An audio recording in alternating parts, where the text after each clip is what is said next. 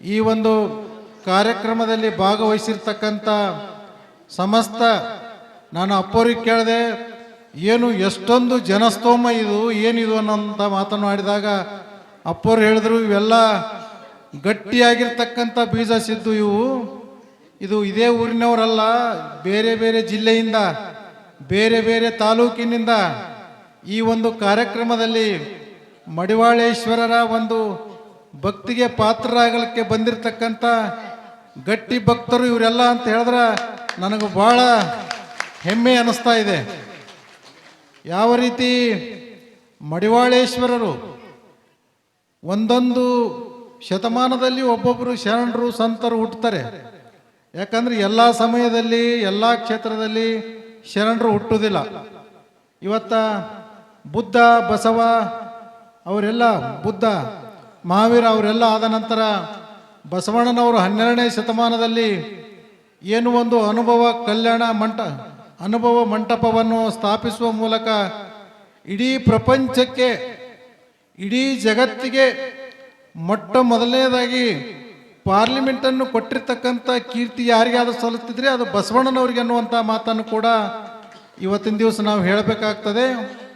ಅದೇ ರೀತಿಯಲ್ಲಿ ಇವತ್ತ 17ನೇ ಶತಮಾನದಲ್ಲಿ ಕಡಕೋಳ ಮಡಿವಾಳೇಶ್ವರರು ತಮ್ಮದೇ ಆಗಿರ್ತಕ್ಕಂಥ ಶಿಷ್ಯ ಬಳಗವನ್ನು ಕಟ್ಟಿಕೊಂಡು ಯಾವ 12ನೇ ಶತಮಾನದ ನಂತರ ಸಾಮಾಜಿಕ ಕ್ರಾಂತಿಯನ್ನು ಹುಟ್ಟು ಹಾಕಿರ್ತಕ್ಕಂಥ ಯಾರಾದರೂ ಶರಣರಿದ್ರೆ ಅದು ಕಡಕೋಳದ ಮಡಿವಾಳೇಶ್ವರರು ಎನ್ನುವಂಥ ಮಾತನ್ನು ಭಾಳ ಮನ ಮುಟ್ಟಿ ಹೇಳಬೇಕಾಗ್ತದೆ. ಯಾಕಂದ್ರೆ ಕಡಕೋಳ ಮಡಿವಾಳೇಶ್ವರರು ಇದ್ದುದನ್ನು ಇದ್ದಂತೆ ಹೇಳಿರ್ತಕ್ಕಂಥ ಮಹಾನ್ ತತ್ವಪದಕಾರರು.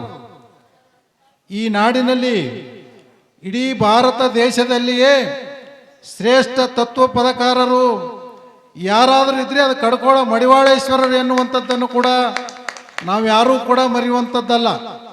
ಯಾಕಂದ್ರೆ ಕಡಕೋಳ ಮಡಿವಾಳೇಶ್ವರರ ತತ್ವಪದಗಳು ಇಡೀ ದೇಶವ್ಯಾಪಿ. ಅವರಲ್ಲಿ ಆ ತತ್ವಪದಗಳಲ್ಲಿರ್ತಕ್ಕಂಥ ಶಕ್ತಿ ಅದು ಇಡೀ ಕರ್ನಾಟಕಕ್ಕಲ್ಲ, ಇಡೀ ದೇಶಕ್ಕೆ, ಇಡೀ ಪ್ರಪಂಚಕ್ಕೆ ಹರಿವಿದ್ರು ಕೂಡ ಕಡಿಮೆನೆ. ಅಂಥ ತತ್ವ, ಅಂಥ ಜ್ಞಾನ ಯಾರಲ್ಲಿ ಆದರೂ ಇದ್ದರೆ ಅದು ಕಡಕೋಳ ಮಡಿವಾಳೇಶ್ವರರಲ್ಲಿತ್ತು ಅನ್ನುವಂಥ ಮಾತನ್ನು ಇವತ್ತಿನ ದಿವಸ ನಾವು ಹೇಳಬೇಕಾಗ್ತದೆ. ಅಂಥ ಮಹಾತ್ಮರು ಭಾಳಷ್ಟು ವೈರಾಗ್ಯ ಪುರುಷರವರು. ಯಾಕೆಂದ್ರೆ ತಮಗೆಲ್ಲ ಗೊತ್ತಿದೆ, ಇವತ್ತ ಎಲ್ಲ ಕಡೆಗೆ ಹೋದರೂ ಕೂಡ ಎಲ್ಲ ಶರಣರ ಒಂದು ಸಮಾಧಿಗೆ ಹೋಗಿ ನಾವು ನಮಸ್ಕರಿಸುತ್ತಿದ್ದೇವೆ. ಆದರೆ ಕಡಕೋಳದ ಮಡಿವಾಳೇಶ್ವರರು ಬಹುಶಃ ಎಷ್ಟೊಂದು ವೈರಾಗ್ಯ ಮೂರ್ತಿ ಅಂದ್ರೆ ಈಗಲೂ ಕೂಡ ಅವರು ತಾವು ಯಾವ ರೀತಿಯಲ್ಲಿ ಜೀವಂತವಾಗಿ ಇದ್ದಾಗ ಇದ್ರೋ ಅದೇ ರೀತಿಯಲ್ಲಿ ಸಮಾಧಿಯನ್ನು ಸೇರಿರ್ತಕ್ಕಂಥ, ಜೀವಂತ ಸಮಾಧಿಯನ್ನು ಸೇರಿರ್ತಕ್ಕಂಥ ಶರಣರು ಯಾರಾದರೂ ಇದ್ರೆ ಅದು ಕಡಕೋಳ ಮಡಿವಾಳೇಶ್ವರರು ಎನ್ನುವಂಥದ್ದನ್ನು ಕೂಡ ನಾವು ಇವತ್ತಿನ ದಿವಸ ನೆನೆಸ್ಕೋಬೇಕಾಗ್ತದೆ. ಇಂಥ ಒಂದು ಪವಿತ್ರ ಸ್ಥಳದಲ್ಲಿ ಇವತ್ತ ಎಲ್ಲರೂ ಹೆಸರು ಕೂಡ ಇವತ್ತು ತಮಗೆಲ್ಲ ಗೊತ್ತಿದೆ. ಇವತ್ತ ಮನುಷ್ಯರಲ್ಲಿ 2 ಪ್ರಕಾರಗಳು. ಇವತ್ತ ಒಬ್ಬರು ಮನುಷ್ಯರು, ಇನ್ನೊಬ್ಬರು ಮಹಾತ್ಮರು. ಇವತ್ತು ನೀವೆಲ್ಲರೂ ಕೂಡ ಮನುಷ್ಯರಾಗಿ ಜೀವನ ಮಾಡ್ತಾ ಇದ್ದೇವೆ. ಅದಕ್ಕಲ್ಲೇ ನಮ್ಮ ಯಾರು ಹೆಸರು ಕೂಡ ಇವತ್ತಿನ ದಿವಸ ಭಾಳ ದಿವಸ ನೆನಪಿಡ್ಲಕ್ಕೆ ಆಗೋದಿಲ್ಲ. ಇವತ್ತ ನಮ್ಮದಾಗಲಿ ನಿಮ್ಮದಾಗಲಿ ಇವತ್ತು ನಮ್ಮ ತಂದೆಯವ್ರ ಹೆಸರ, ನಮ್ಮ ಮುತ್ತನ ಹೆಸರು ಅಷ್ಟೇ ಗೊತ್ತಿರ್ತದ ಹೊರತಾಗಿ ನಮ್ಮ ಮುತ್ತನಪ್ಪ ಯಾರಂದ್ರೆ ನಮ್ಗೆ ಗೊತ್ತಿರೋದಿಲ್ಲ, ನಿಮಗೂ ಗೊತ್ತಿರೋದಿಲ್ಲ. ಯಾಕಂದ್ರೆ ಅವರು ತಮ್ಮ ಸಂಸಾರಕ್ಕಾಗಿ, ನಾವೆಲ್ಲರೂ ನಮ್ಮ ಸಂಸಾರಕ್ಕಾಗಿ ಬದುಕಿದವರು. ಅದಕ್ಕೋಸ್ಕರವಾಗಿ ನಮ್ಮ ಹೆಸರು ಎಲ್ಲರಲ್ಲಿಯೂ ನೆನಪಿನಲ್ಲಿ ಉಳಿಯುವುದಿಲ್ಲ. ಆದರೆ ಇವರೇನು ಶರಣರು ಸಂತರು ಇವತ್ತ ಕಡಕೋಳ ಮಡಿವಾಳೇಶ್ವರರ ಹೆಸರುಗಳು ಯಾಕೆ ಇಡೀ ಈ ಭೂಮಿಯ ಮೇಲೆ ಇರ್ತಕ್ಕಂಥ ಸೂರ್ಯ ಚಂದ್ರ ಇರುವವರೆಗೂ ಕೂಡ ಅವ್ರ ಹೆಸರು ಯಾಕೆ ನೆನಪಾಗಿರ್ತಾವ ಅಂತ ಕೇಳಿದ್ರೆ ಅವರು ತಮ್ಮಂಥವರಿಗಾಗಿ, ಸಮಾಜಕ್ಕಾಗಿ ಬದುಕಿರ್ತಾರೆ. ಅದಕ್ಕಾಗಿ ಅವ್ರ ಹೆಸರು ಶಾಶ್ವತವಾಗಿರ್ತದೆ. ಅದಕ್ಕಾಗಿ ಅವರನ್ನು ಮಹಾತ್ಮರು, ಶರಣರು ಅಂತ ಕರಿತಾ ಇದ್ದೇವೆ. ಇವತ್ತು ಇದೇ ಭಾಗದಲ್ಲಿ ಅರಳಗುಂಡಿ ಶರಣ ಬಸವೇಶ್ವರರು ಕೂಡ ಆಗಿ ಹೋಗಿದ್ದಾರೆ. ಅವರು ಕೂಡ ಮಹಾನ್ ದಾಸೋಹ ಮೂರ್ತಿಗಳು. ಯಾಕಂದ್ರೆ ಇವತ್ತು ನೀವು ನನಗೆ ಹಸಿವಾಗಿದೆ ಅಂತ ನಾನು ಬಂದೆ, ಅಪ್ಪರು ನನಗೆ ಪ್ರಸಾದ ಮಾಡಿಸಿದ್ರು.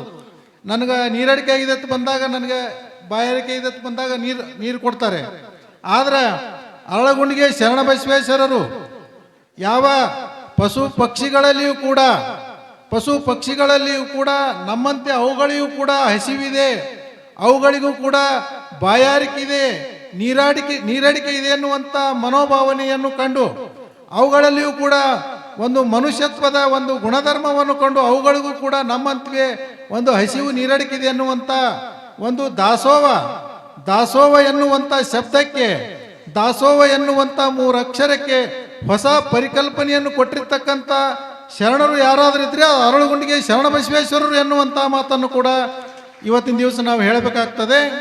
ಇವತ್ತ ಇಂಥ ಒಂದು ಪವಿತ್ರವಾಗಿರ್ತಕ್ಕಂಥ ನೆಲದಲ್ಲಿ ಇವತ್ತ ಏನು ಶಿವರಾತ್ರಿ, ಬಹುಶಃ ಒಂದು ನಮ್ಮ ಹಿಂದೂ ಧರ್ಮದಲ್ಲಿ ಒಂದು ಪದ್ಧತಿ ಇದೆ.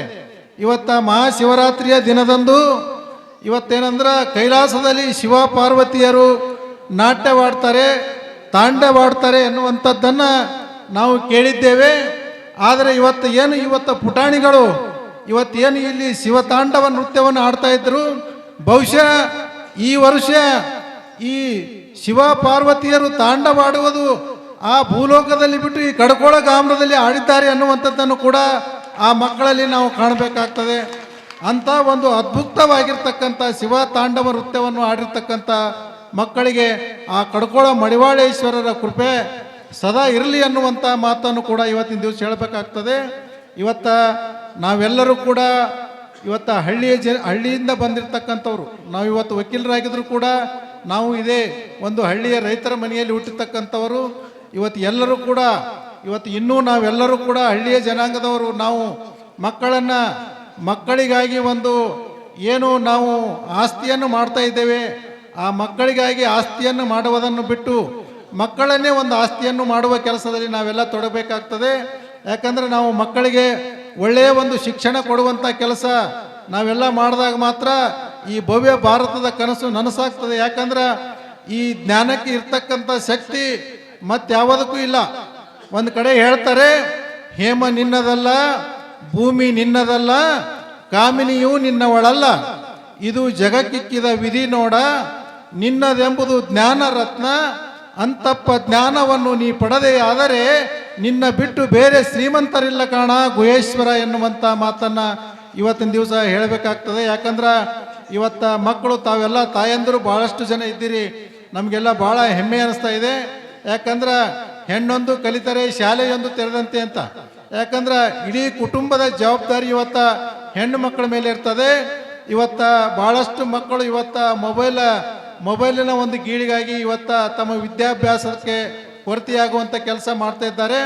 ಅದಕ್ಕಾಗಿ ಮಕ್ಕಳ ಕೈಯಲ್ಲಿ ಮೊಬೈಲನ್ನು ಕೊಡುವುದಕ್ಕಿಂತ ಮೊದಲು, ಯಾಕಂದ್ರೆ ಮೊಬೈಲ್ ಒಂದು ಕಡೆ ಹೇಳ್ತಾರೆ, ಮೊಬೈಲ್ ಏನಂತದಂದ್ರೆ ನೀ ನನ್ನನ್ನು ನೋಡು, ನಿನ್ನನ್ನು ನಾನು ತಲೆ ಎತ್ತಲಾರ್ದಂಗೆ ಮಾಡ್ತೀನಿ ಅಂತದಂತ. ಮೊಬೈಲ ನೀ ನನಗೆ ನೋಡ್ಕೋತಿರು, ನಿನಗೆ ಹೊಟ್ಟೆ ಮುಂದೆ ಮ್ಯಾಲೆ ತಲೆ ಎತ್ತಲಾರ್ದಂಗೆ ಮಾಡ್ತೀನಿ ಅಂತಂತ. ಆದರೆ ಪುಸ್ತಕ ಅಂತದೆ ನೀನು ನನ್ನನ್ನು ಓದು, ನಿನ್ನನ್ನು ನಾನು 4 ಜನರ ಮಧ್ಯದಲ್ಲಿ ತಲೆ ಎತ್ತುವಂತೆ ಮಾಡುತ್ತೇನೆ ಅನ್ನುವಂಥ ಮಾತನ್ನು ಪುಸ್ತಕ ಹೇಳ್ತದೆ. ಅದಕ್ಕೆ ತಾವೆಲ್ಲರೂ ಕೂಡ ಇವತ್ತೆಲ್ಲ ತಾಯಂದಿರಿ, ಭಾಳಷ್ಟು ಜನರು ತಾಯಂದಿರಿದ್ದೀರಿ, ತಾವೆಲ್ಲರೂ ಕೂಡ ಮಕ್ಕಳಿಗೆ ಈ ಮೊಬೈಲ್ ಗೀಳನ್ನು ಬಿಡಿಸುವ ಮೂಲಕ ಒಂದು ಒಳ್ಳೆಯ ವಿದ್ಯಾರ್ಜನೆ, ಮಕ್ಕಳನ್ನು ಎಷ್ಟು ಶಾಣರಾಗಿ ಮಾಡ್ಲಕತ್ತೀವಿ ಅನ್ನೋಕ್ಕಿಂತಲೂ ಮಕ್ಕಳನ್ನು ಎಷ್ಟು ಈ ಒಂದು ಸುಸಂಸ್ಕೃತವರನ್ನಾಗಿ ಅವರಿಗೆ ಒಳ್ಳೆಯ ಒಂದು ಜೀವನ ಪಾಠವನ್ನು ಕಲಿಸಿಕೊಡ್ತೀವಿ ಅನ್ನುವಂಥದ್ದು ಕೂಡ ಭಾಳ ಮುಖ್ಯ ಇರ್ತದೆ. ಯಾಕಂದ್ರೆ ತಾವೆಲ್ಲ ನೋಡ್ತಿರ್ಬೇಕು, ಸಮಾಜದಲ್ಲಿ ಭಾಳಷ್ಟು ಒಂದು ತಂದೆ ತಾಯಿಗಳು ತಲೆ ಎತ್ತದಂಥ ರೀತಿಯಲ್ಲಿ ಇವತ್ತಿನ ದಿವಸ ಮಕ್ಕಳು ನಡ್ಕೋತಾ ಇದ್ದಾರೆ. ಎಲ್ಲೆಲ್ಲೋ ಏನೇನೋ ಒಂದು ಈ ಮೊಬೈಲ್ ಗೀಳಿನ ಮೂಲಕ ಮಕ್ಕಳು ಏನೋ ಮಾಡಬಾರದಂಥ ಕೆಲಸಗಳನ್ನು ಮಾಡಿ ಇನ್ನೂ ವಿವಾಹವಾಗಿ ಒಳ್ಳೆಯ ಒಂದು ದಾಂಪತ್ಯ ಜೀವನ ಅನುಭವಿಸೋಕ್ಕಿಂತ ಮುಂಚೆಲೇ ತಾವು ಯಾವುದೋ ಒಂದು ಕೃತ್ಯಕ್ಕೆ ಬಲಿಯಾಗ್ತಾ ಇದ್ದಾರೆ.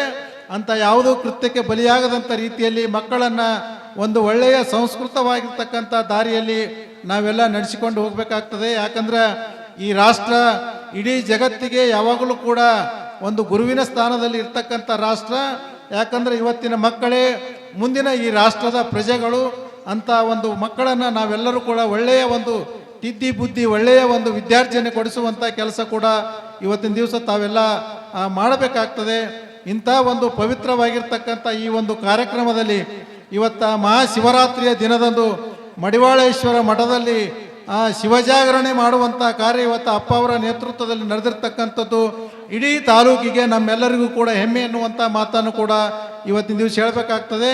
ಇಂಥ ಒಂದು ಪವಿತ್ರವಾಗಿರ್ತಕ್ಕಂಥ ಕಾರ್ಯಕ್ರಮದಲ್ಲಿ ನಮ್ಮನ್ನು ಈ ಒಂದು ಕಾರ್ಯಕ್ರಮಕ್ಕೆ ಆಹ್ವಾನಿಸಿ ಅಪ್ಪ ಅವರು ತಮ್ಮ ಒಂದು ದಿವ್ಯ ಆಶೀರ್ವಾದವನ್ನು ಮಾಡುವ ಮೂಲಕ ನಮಗೆ ಈ ಒಂದು ವೇದಿಕೆಯನ್ನು ಕುರಿತು ಕೂಡ ನನಗೆ ಕಡಕೋಳ ಗ್ರಾಮದ ಎಲ್ಲ ತಾಯಂದಿರು ಮತ್ತು ಅಣ್ಣ ತಮ್ಮಂದಿರಲಾಗಿರ್ಬೋದು ಏನು ನೆರೆದಿರ್ತಕ್ಕಂಥ ಎಲ್ಲ ತಾಯಂದಿರ ಪಾದಗಳಿಗೂ ಕೂಡ ನಾನು ಅನಂತ ನಮಸ್ಕಾರಗಳನ್ನು ಸಲ್ಲಿಸುತ್ತಾ ಈ ನನ್ನ ಎರಡು ಮಾತಿಗೆ ವಿರಾಮವನ್ನು ಸೂಚಿಸುತ್ತೇನೆ. ಜೈ ಶರಣ. ಬಹಳ ಅದ್ಭುತವಾಗಿ ಮಾತಾಡಿದ ವಕೀಲರಿಗೆ ಧನ್ಯವಾದಗಳು. ಈಗ ಮಠದ ಶಾಲೆ ವಿದ್ಯಾರ್ಥಿಗಳಿಂದ ಒಂದು ಶಿವತಾಂಡವ ನೃತ್ಯ ದಾನಮ್ಮ ಸಂಗಡಿಗರು ವೇದಿಕೆಗೆ ಬಂದು ಈ ನೃತ್ಯವನ್ನು ಪ್ರದರ್ಶಿಸಬೇಕಂತ ಕೇಳ್ಕೊಳ್ತೇವೆ. ಮಠದ ವಿದ್ಯಾರ್ಥಿನಿಯರು ಬೇಗನೆ ವೇದಿಕೆಗೆ ಬರಬೇಕು.